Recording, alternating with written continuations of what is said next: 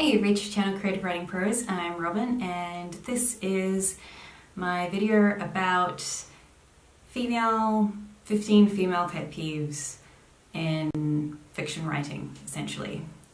Without further ado, let's get into the video. 1, she's naive because she's a virgin. I don't know if you know anything about how life experience and wisdom works, but when you are a virgin, it doesn't mean you can't have other life experiences or learn through formal education and develop some form of wisdom. So the naive because she's a virgin is really annoying. 2, the damsel in distress, the most obvious cliche. Actually don't want to go into this one. I have to. So the damsel in distress, she can't do anything for herself. She always seemingly gets herself into trouble whenever she has an original thought, and, well, whenever she has an original thought and attempts to act on it, and essentially it spoils or slows down the hero, and probably ends up with the hero despite her being really annoying. 3, the girls who are just there to have sex with the hero. These characters aren't so much inherently annoying themselves, but are more pointless.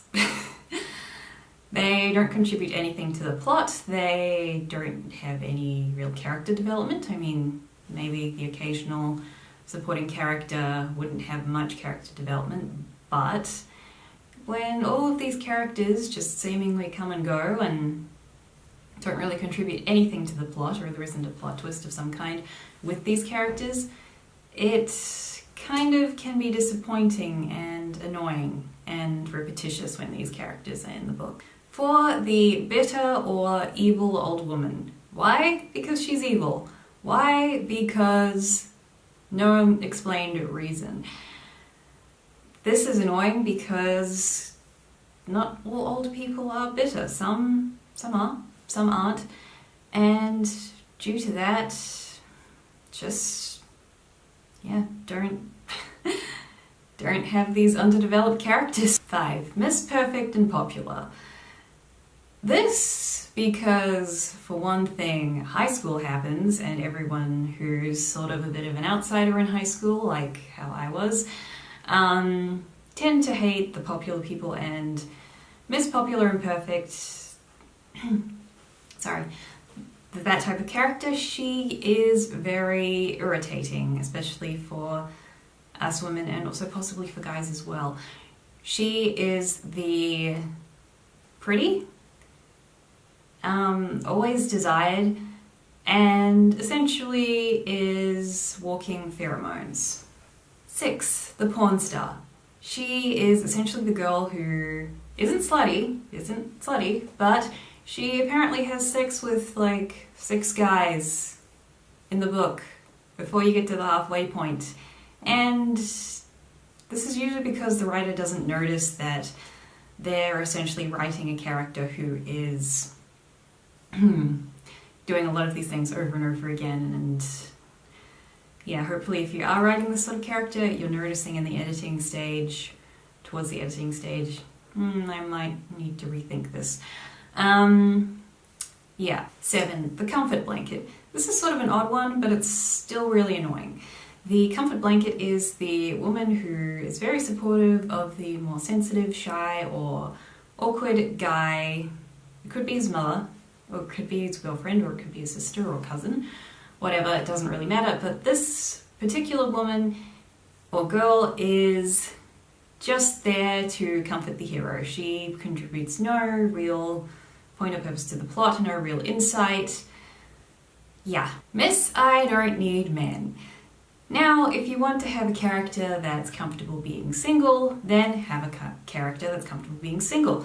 If you have a character who's angry and bitter and seems to give really mixed signals, unless that's how they're supposed to be, you're going to have a problem. 9, Miss Scaredy Cat. This is sort of like the damsel in distress, but she's not really always in trouble. She's just afraid of everything and always needs someone to help her. Number 10, Miss Ugly Duckling. This is the girl who's actually pretty, but she wears glasses, even though she could wear contacts, and she may have some minor acne that a facial scrub that could solve the problem of, and that sort of thing.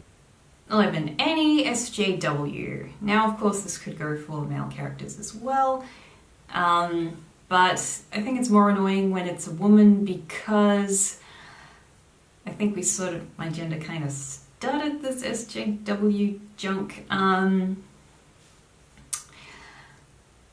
Yeah, SJWs, especially the more loud and abrasive ones, tend to be very annoying. So if you have a main character who is this type of person, yeah, I recommend you actually don't do that, because if you want to have a political message or a social message in your book, you're probably going to anyway, even if you don't try.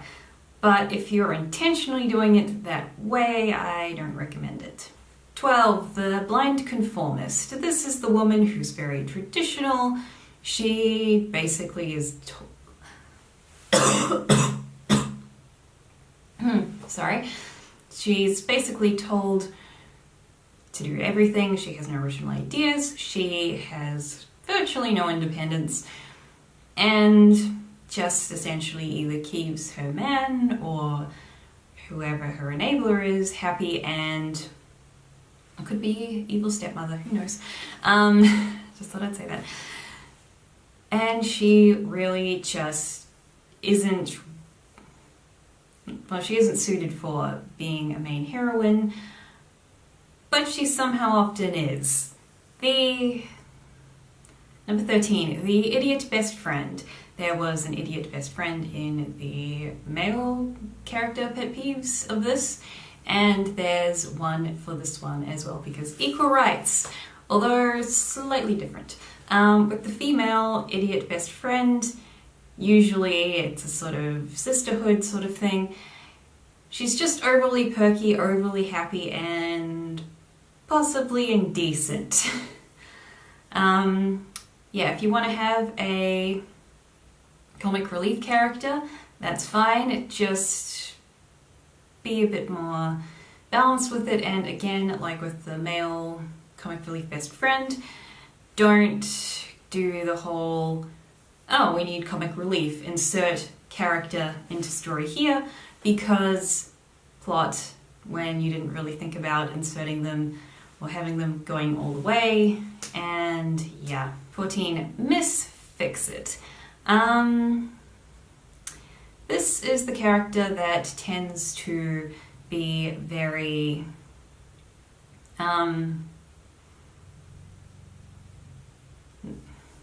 this tends to be the character that's very multi-skilled, multi-talented, and can solve any problem just like that, which for a main character isn't a good idea, because that doesn't help with inner conflict and external conflict, and you're essentially going to be shortening your story very rapidly. Number 15, the Miss thinks she's ugly. This is the girl who's actually very pretty, very perfect, the stylized version of visual perfection of a woman, and yet she is very insecure and very ugly and wears frumpy clothes and blah blah blah, or she thinks she's ugly. And yeah, that's it for this video. I hope it was useful for you. Feel free to like and share this video, and check me out on Facebook and Twitter. Links in the description. Keep being creative, and feel free to watch more of my videos.